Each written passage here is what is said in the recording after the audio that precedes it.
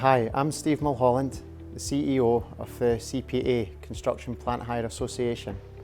And today I'm here to talk to you about our annual conference and why it's so important that we retain it and grow it throughout the years. It's a chance for all of our members to get together, speak to various stakeholders, suppliers and meet CPA staff. The future is going to be one where we evolve from fossil fuels into electric, hydrogen and eventually net zero. And we can't do this without the technology of today being developed so that it's fit for use tomorrow, whilst also working alongside the current fuels that we have today. We had a series of panel speakers throughout the day where we had industry experts sharing their knowledge and answering questions from the audience. I have to make my first introduction of the morning, which is to my co-host, Mr. Peter Haddock. Thank you very much, Merryn. And thank you, everybody. It is a huge honour for me today to be part of the CPA conference, co-hosting some of the panels with Merryn. In the morning, we were able to discuss the report that had been issued by Oxford Economics just the day before. It explains the value of construction plant hire to the UK economy as a whole.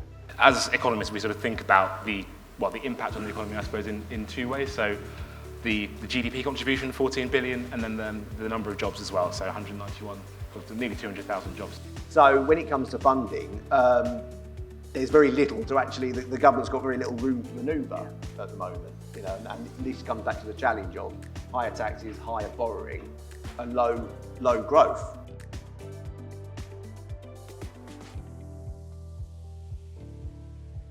This was followed by insights into future and current developments going on within manufacturers and suppliers to our members. To us, to support the members, we need an expert. Take the heat off the other guys, let them do exactly what they do a good job of, get on with it, and let's bring in the expert who can push on the decarb side.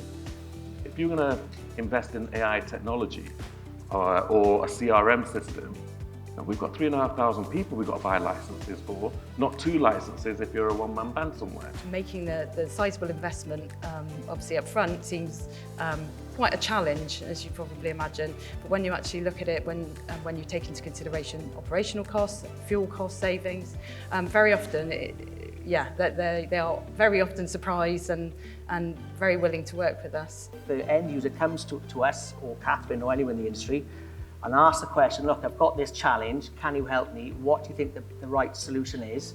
That's a conversation that needs to be had. We love to meet our members. We want to hear what you've got what your issues are, what your problems are, how can we help?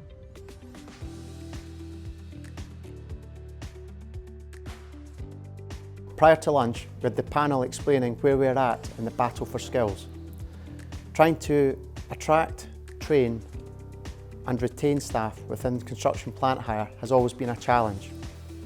People at such a young age maybe not being aware of it at such a young age, and I think the earlier that we can introduce them to it and maybe explain your starting points and where you could end up and the possibilities, I think that would change the attitudes quite a lot. There's lots of different verticals, I think, and I think it is one of them is making the industry attractive and getting some really good case studies for young workers, for women in construction. When you say a narrow pool, do you mean there are people that we're actively excluding or unconsciously excluding? Unconsciously. Okay. I don't think anyone is doing this deliberately at all, but our traditional recruit, we have this kind of dads and lads culture around recruitment, so that's what reinforces our demographic, and it makes it quite difficult to challenge that and to challenge that perception. At the moment, we're losing people at a massive rate. We're losing, if we go into women, we lose women for a multitude of issues. We lose a diverse group of people because we're not catering for their needs. And as mentioned, people now don't generally want to work the same way as we've worked before.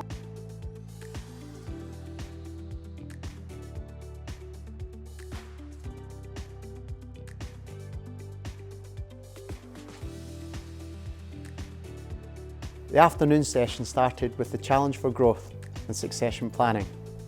Here we discussed ways and how companies can evolve and mature either by growing and passing the businesses on to the next generation, whether that be staff or family, or possibly exiting by way of selling the business. Things were going well, bought businesses, winning awards, riding high, had this vision for the business, and then the recession started to take hold. Typically, people will have started in business perhaps when they were 16, 17, whatever, often a family business, and worked their way through 35 years. They've been working there, and they wake up one morning and they go, I've had enough of this. And at that moment, they start to think about, how am I going to sell the business? And then all the questions come up. You're under extreme risk and threat yourself. So it's an emotional process for the person who's buying the business. We've had different acquisitions where we bought the goodwill of a supplier. We didn't buy the assets. We took the people on, the goodwill, the customer base, depot, we got on. We try and keep everybody within that business. We don't want anybody to lose their jobs. We openly say that.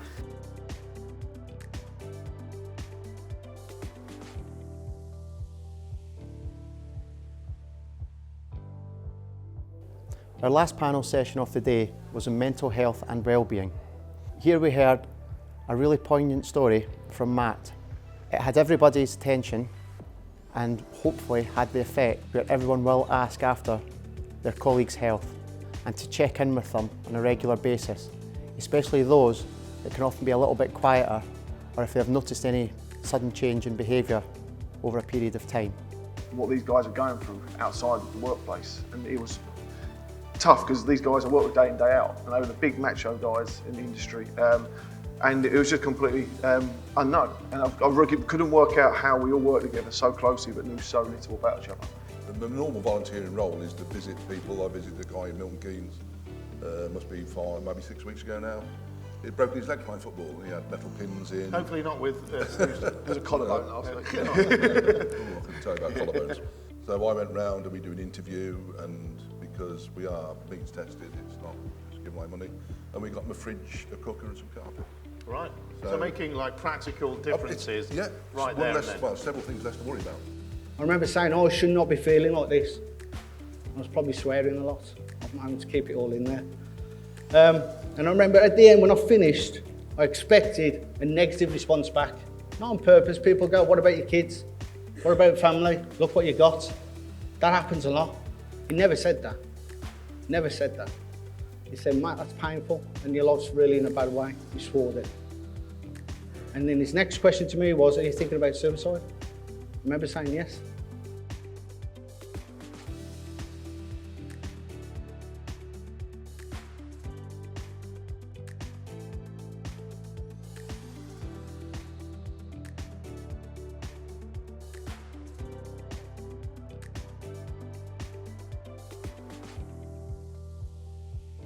Absolutely delighted to be a headline sponsor of the CPA conference.